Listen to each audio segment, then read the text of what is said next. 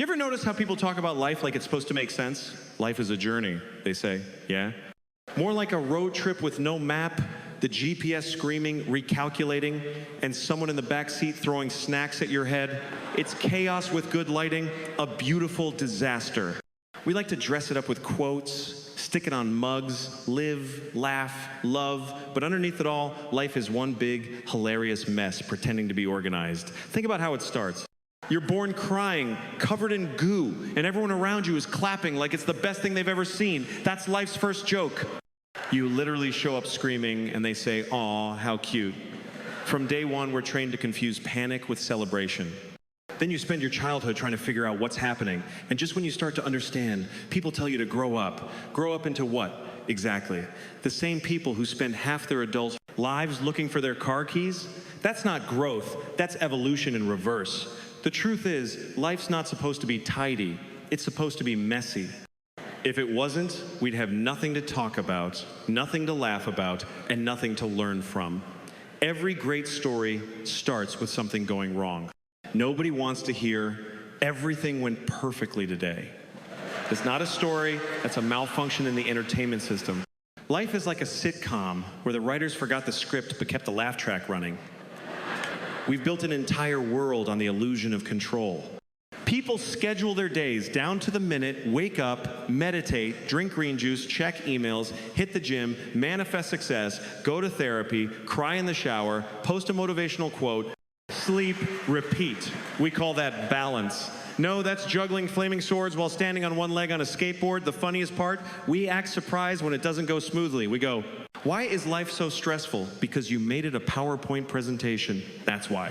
And don't get me started on expectations. They're the biggest prank life ever pulled. You're told to dream big. Shoot for the stars, but don't aim too high, or you'll look arrogant. Be confident, but humble. Work hard, but don't burn out. Be successful, but don't forget to enjoy the little things. It's like someone handed you a Rubik's Cube with missing stickers and said, "Solve it, or you're a failure." No wonder half the population's anxious.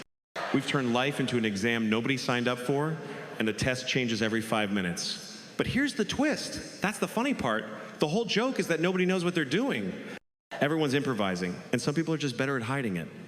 The boss at work doesn't know. Your parents definitely don't know. The guy giving life advice on a podcast, he's recording it in his mom's basement surrounded by empty energy drink cans. We're all winging it, pretending there's a plan, when really, we're just hoping the parachute opens before we hit the ground. There's a certain freedom in realizing that.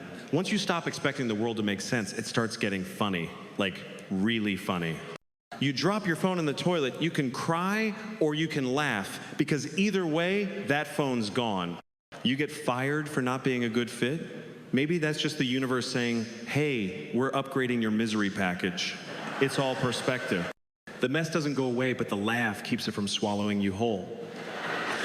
People always talk about finding meaning, like life owes us a reason. What's my purpose, they ask. Maybe your purpose is just to not take it so seriously.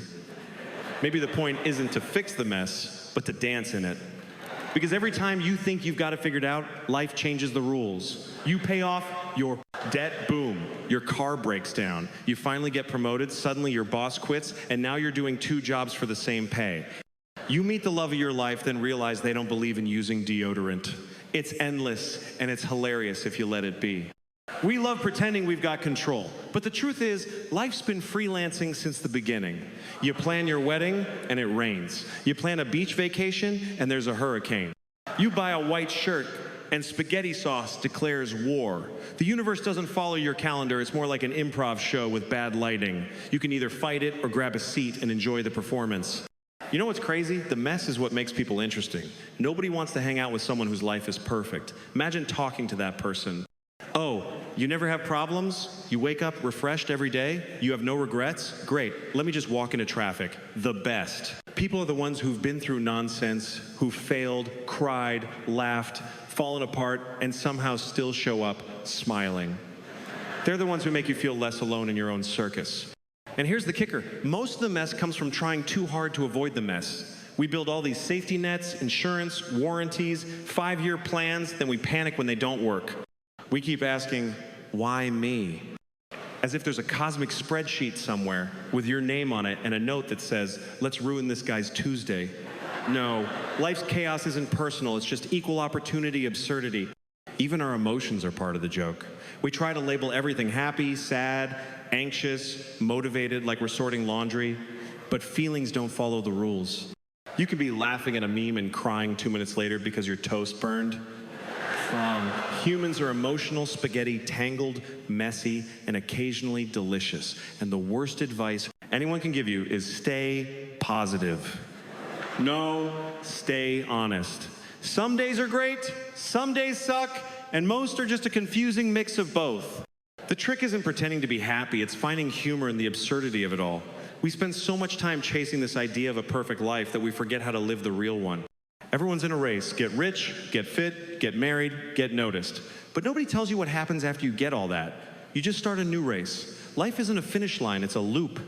You go from thinking you'll have it all figured out at 25 to realizing you know nothing at 40 to laughing at how stupid you were at 25 when you're 60.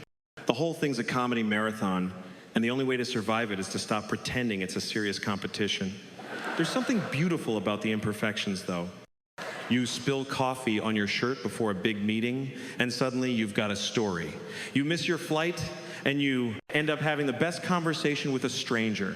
You take a wrong turn, and you find the best food of your life in some sketchy side street. That's the magic hidden in the mess. It's not clean, it's not planned, but it's real. And that's what makes it funny and worth living. Because deep down, we all know life doesn't get easier, we just get better at laughing at the hard parts. The pain doesn't vanish, but humor turns it into something we can carry. That's why comedians, philosophers, or anyone who really thinks about life, they all end up laughing. Because when you zoom out, the human race looks like a bunch of ants building castles out of sugar cubes, bragging about who's got the biggest cube while the rain clouds are rolling in. You can cry about it, or you can say, well, that's about right, and start building again. So yeah, life's a mess, a beautiful, ridiculous, confusing mess. But that's the secret. It's not meant to be fixed. It's meant to be experienced, survived, and occasionally mocked. Because when you laugh at it, you take its power away, you stop being the victim of chaos, and become part of the show. And if you're lucky, you get to enjoy the punchline before the curtain falls. That's when you realize the mess was the masterpiece all along. You ever notice how humans can take the simplest thing in the world and make it feel like a NASA project? We've turned basic living into a full-time group assignment that nobody studied for. We're the only species that can invent something to make life easier and somehow make it 10 times harder. You give a person a remote control, and within a week, they're arguing with their TV like it owes them money. We have technology that can recognize faces, predict the weather, even drive cars, and yet, we still can't figure out how to reply to an email without rereading it 12 times to make sure it doesn't sound too aggressive. That's us, the first champions of overcomplicating simplicity. We'll stand in front of an automatic door that doesn't open and just wave at it like we're performing some ancient ritual, too proud to take one step back and try again. You ever see someone try to use a self-checkout machine? It's like watching a caveman discover fire. They're just standing there, confused, talking to the screen. I did place it in the bagging area. No one's stealing, no one's calm, and that robotic voice keeps repeating, unexpected item detected. Yeah, the unexpected item is my patience leaving my body.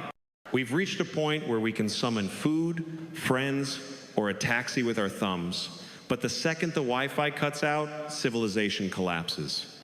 One bar of signal disappears, and suddenly grown adults are pacing around like lost hikers. Try moving to the window, maybe the air is better over there. It's tragic and hilarious at the same time. We built all this stuff to make us smarter, but we're getting dumber in high definition. And we're proud of it. We brag about how busy we are, as if confusion is a personality trait. I've got so much going on right now. Really? You're just stuck in a never-ending loop of checking your phone, refreshing your inbox, and convincing yourself you're accomplishing something.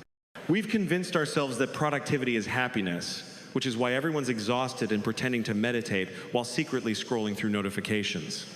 Life used to be simple. You woke up, ate something, worked a bit, talked to real humans, and went to bed.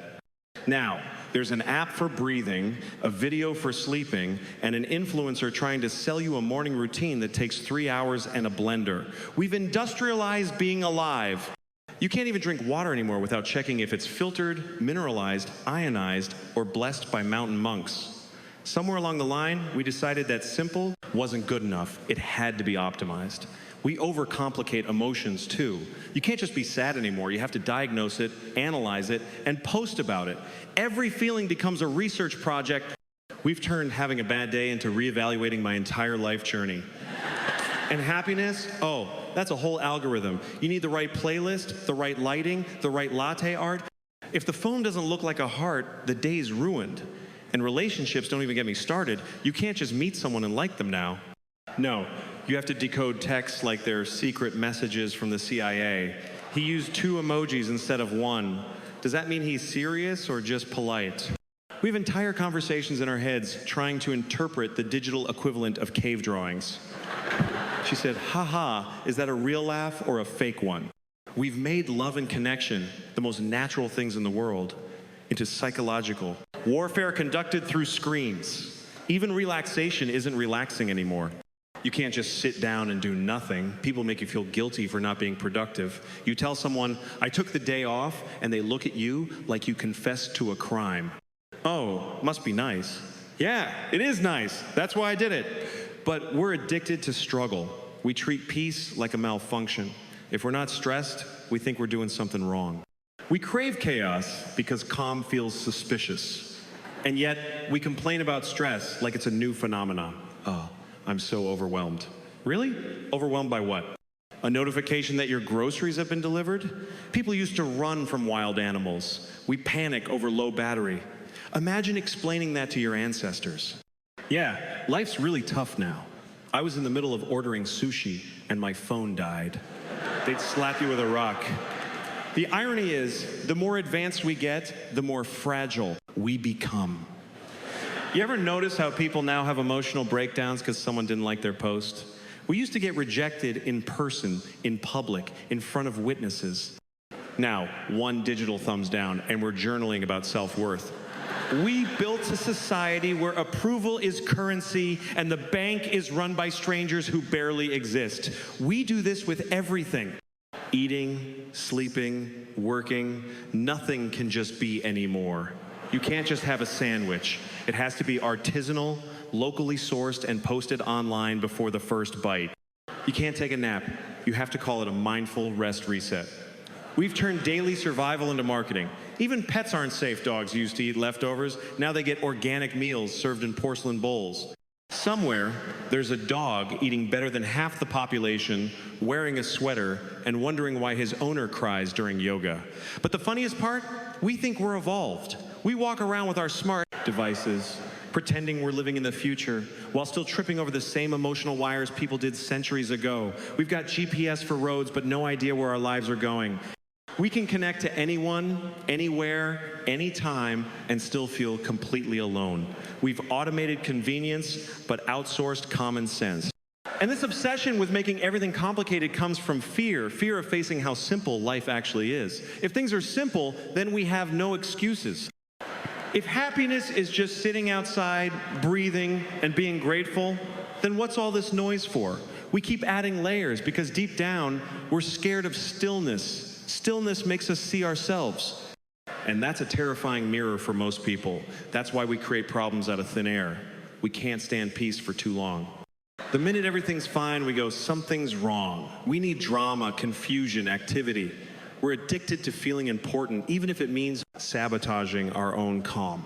That's the ultimate human contradiction. We want simplicity, but worship complexity. You can see it everywhere. A family dinner should be a nice, easy moment. But no, someone brings up politics, someone else checks their phone, and the dog starts barking. You could have just eaten lasagna and enjoyed the moment, but we turn it into a sociology experiment. We don't know how to just be. We have to dissect everything, like scientists studying a frog that's already dead. It's not that life is complicated, it's that we complicate it to feel in control. We think the more we analyze, plan, and label, the safer we'll be. But it just traps us in our own overthinking. You ever notice the happiest people are the ones who just roll with it? The ones who don't have a 5-step morning ritual or a 10-year plan? They just wake up, deal with the day, and somehow they're fine. Meanwhile, the rest of us are on our 4th motivational podcast. Before breakfast, wondering why we still feel empty. And that's the punchline. We keep trying to design life like it's an app. We can update, fix a few bugs, improve the interface, make it run smoother. But life doesn't need an update, it just needs a reboot. It's not supposed to be complicated. You eat, love, laugh, screw up, try again. That's the whole program. Everything else is just lag. The truth is, we're all just improvising, building systems to make us feel like we've got it under control. But control is the biggest illusion of them all. You can plan your schedule, color code your calendar, even alphabetize your goals, but the universe still throws curveballs like it's playing baseball with your sanity. And maybe that's okay. Maybe the whole point is to stop trying to make everything make sense. Because when you stop overcomplicating things, life suddenly starts working again. You don't need to fix the mess, you just need to stop adding extra ingredients to it. Simplicity isn't boring, it's peace disguised as common sense. And maybe, just maybe, the smartest thing we'll ever do as a species is to finally admit that we've been making everything too hard when all we ever needed to do was laugh, breathe, and get out of our own way. You ever notice how everyone's pretending to have their life together? It's like a global costume party where the theme is normal human being, and everyone showed up overdressed and underprepared. Everywhere you look, people are smiling, posing, acting calm, while inside, they're one bad email away from a breakdown. We've turned pretending into a lifestyle. You wake up, put on your clothes, your deodorant, your fake confidence, and head out to perform in this never-ending sitcom called I'm Fine, Thanks for Asking. And we've gotten really good at it. You can't even tell anymore who's genuinely doing okay and who's barely holding on with duct tape and caffeine. Everyone's got that same polite smile, you know? The one that says, I love life, but the eyes are screaming, please help me. I'm running on expired motivation. We're all trained actors in the daily theater of sanity. You go to work, you nod in meetings, you say things like no problem when every part of your soul is whispering yes. It's a massive problem. It's funny how much effort goes into pretending we're not falling apart.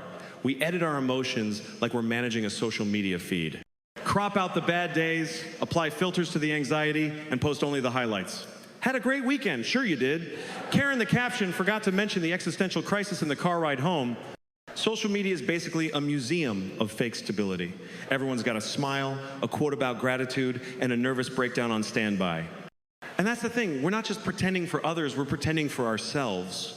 We convince ourselves that we're okay because we're terrified to admit that maybe we're not. We've been told that being confused or lost is some kind of failure, like everyone else got a manual and we missed the delivery, so we fake it.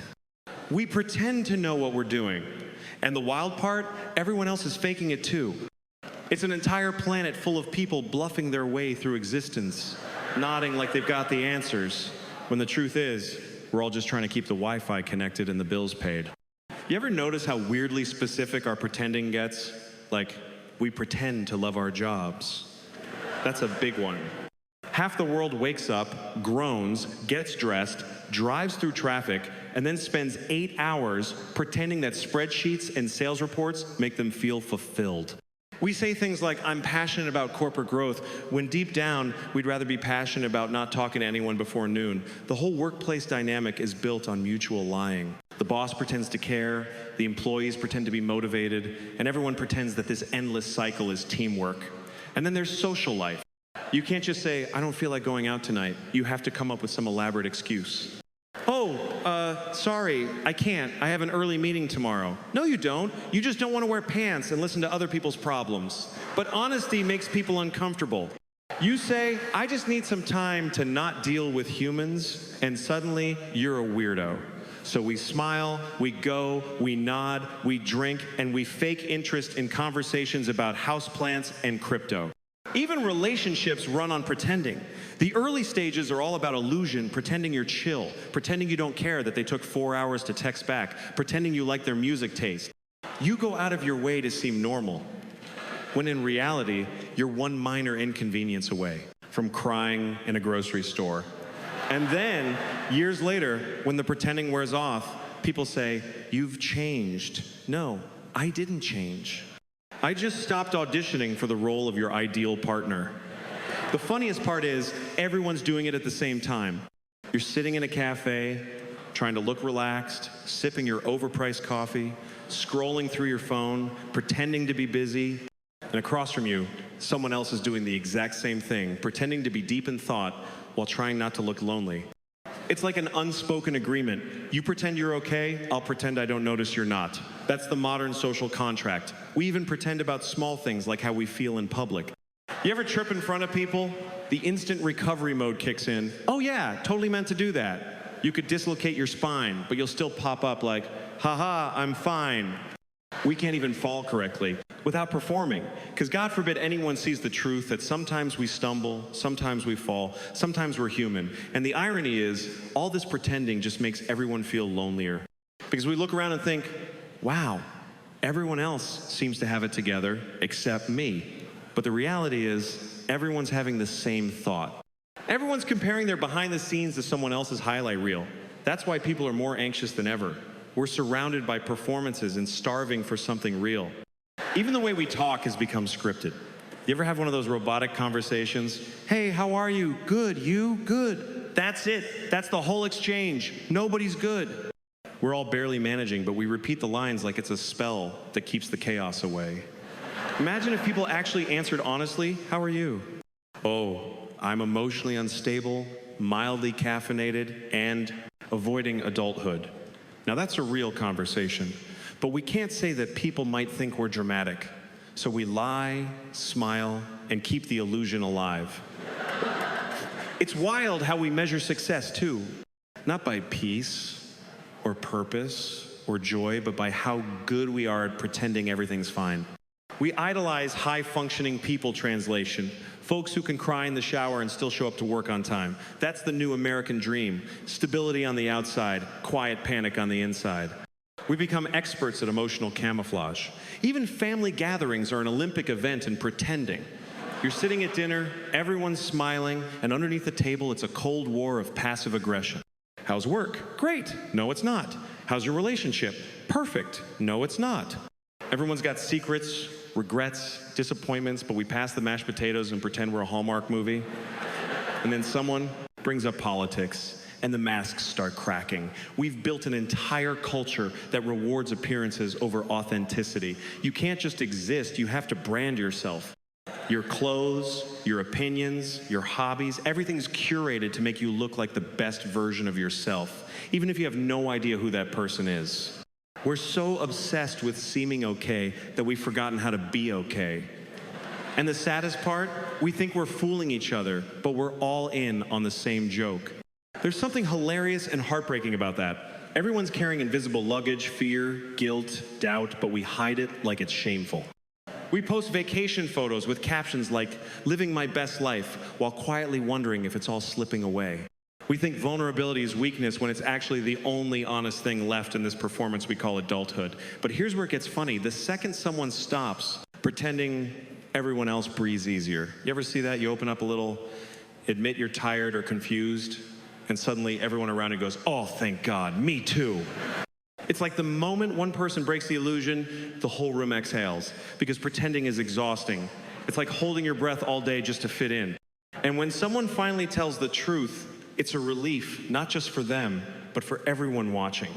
Maybe that's what we need, a little collective honesty. To admit that life's a mess and we're all improvising. Nobody's got it figured out, not even the people who look like they do. The guy in the suit, the mom at the PTA meeting, the influencer on your screen, they're all faking it in their own way. And that's okay, because once you stop pretending, life becomes a lot lighter. You stop worrying about the act and start enjoying the scene. At the end of the day, all this pretending doesn't make us better. It just makes us tired.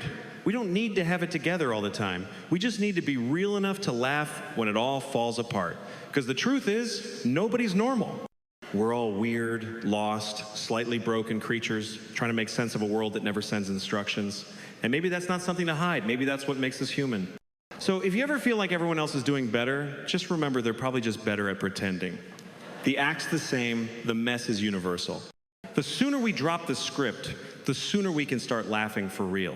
Because the moment you stop pretending to be normal, you finally get to enjoy being real. You ever notice how life comes with all these rules nobody remembers agreeing to? From the second you pop out crying, someone's already handing you a list. how to behave, what to wear, what to believe, who to love, when to wake up, and how to feel about it. It's like we were all born into a game that's been running for centuries, but nobody told us the objective, just a bunch of other confused players shouting, "You're doing it wrong!" And the best part?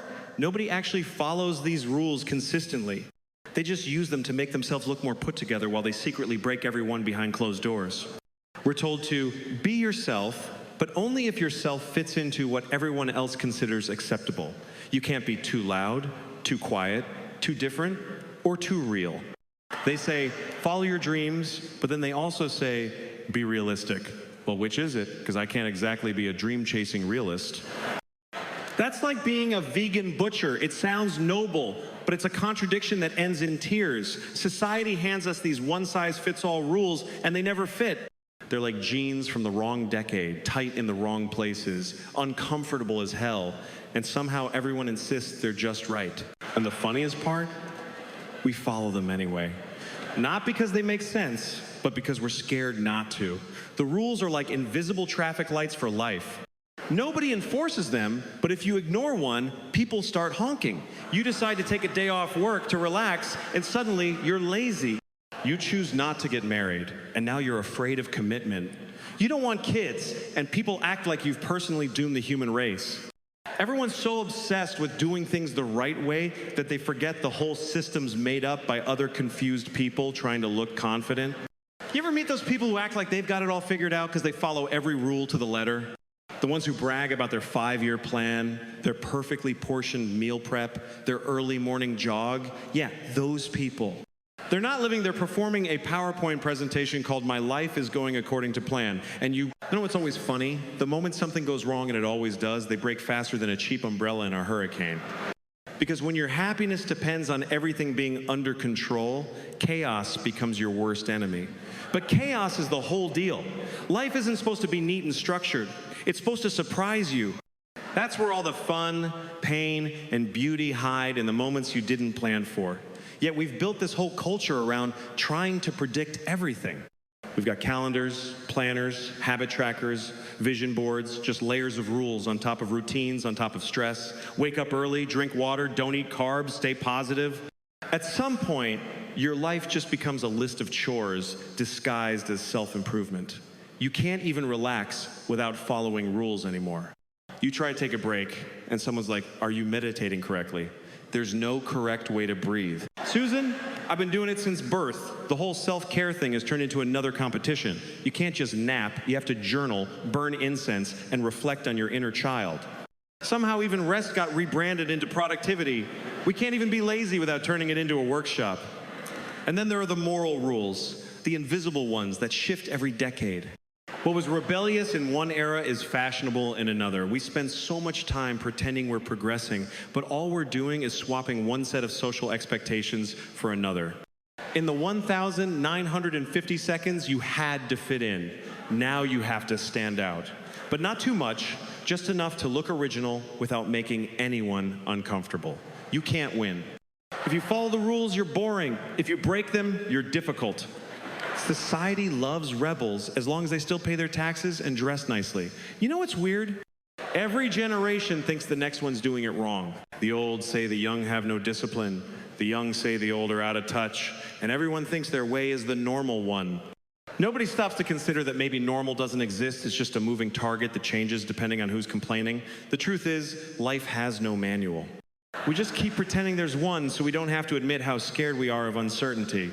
Take work, for example. Somewhere along the line, someone decided that working yourself to exhaustion is noble. If you're not tired, you're not trying hard enough. People brag about being busy like it's a badge of honor. "I've been swamped all week." Well, congratulations, you've successfully turned your short existence into an endless to-do list.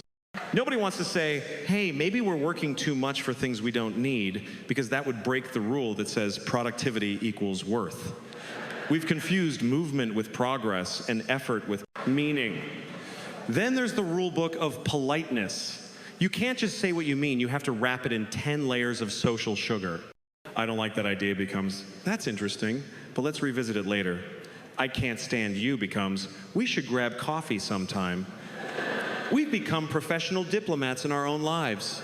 We're so busy avoiding offense that we forget how to be honest. And when someone is honest, everyone gasps like they've committed a crime. We're more afraid of truth than hypocrisy because truth doesn't follow the rules. Even happiness has rules now. There's this pressure to be grateful, to find joy in the little things, to always look on the bright side. You can't even have a bad day without someone handing you a motivational quote. Everything happens for a reason, yeah? Sometimes the reason is I made a dumb decision and life's laughing at me. Not every disaster is a life lesson. Sometimes it's just bad luck. But we've built this self-help industry that tells us every moment must be turned into wisdom, as if sadness needs a business model. We're trapped in this endless cycle of should. I should be successful. I should be positive. I should be healthy. I should be married by 30, own a house by 35, retire by 60, and die with a smile by 80. It's a checklist, not a life. And what happens if you don't check the boxes? Society treats you like a software glitch. People start asking questions like, why aren't you like everyone else? Maybe because everyone else looks miserable, pretending they've got it figured out. You ever notice how some rules are just nonsense, but everyone follows them anyway because that's how it's done? Like shaking hands. We all agreed to keep touching strangers even after flu season proved it's basically germ roulette. Or wearing ties. What's that about? It's literally a piece of fabric strangling your neck, but we call it professional. It's as if someone said, let's make fashion look slightly uncomfortable so people take you seriously. The truth is, these rules aren't there to help, they're there to control. They make you predictable. A society full of rule followers is easy to manage because nobody questions the script. You just keep walking the same lines, repeating the same rituals, hoping for approval. But the second you step off the path, people panic. They don't even get mad because you're wrong. They get mad because you remind them they could have done the same. The irony is that even the rebels have their own rules. Every nonconformist group has a dress code, a philosophy, a new list of do's and don'ts. We can't escape the rulemaking, it's baked into us. We crave belonging. And belonging always comes with instructions. The trick isn't to escape the rules entirely, it's to know which ones are actually worth following and which ones are just noise. But figuring that out takes courage. It's easier to follow the crowd, to nod along, to keep the peace. The rules are comforting, like guardrails on a cliff. They make you feel safe, even when they're keeping you from seeing the view. Sometimes you have to step past them, risk a little chaos, and realize that nothing actually collapses. The world doesn't fall apart when you say no, quit a job, end a fake friendship, or skip the milestones everyone else worships. The only thing that breaks is the illusion that you needed permission to live your own life. That's the secret nobody tells you. The rules aren't real. They're stories we tell each other so the uncertainty feels manageable. Once you see that, the whole thing becomes kind of funny. You stop stressing about the path and start laughing at how serious everyone looks walking in circles. You realize that normal people are just rule-abiding actors waiting for someone to break character so they can finally relax. So maybe the real freedom isn't in breaking all the rules, it's in realizing most of them never made sense in the first place. And once you see that, life gets lighter, quieter, and a whole lot funnier. Because the moment you stop living by someone else's rules, you finally start living it all.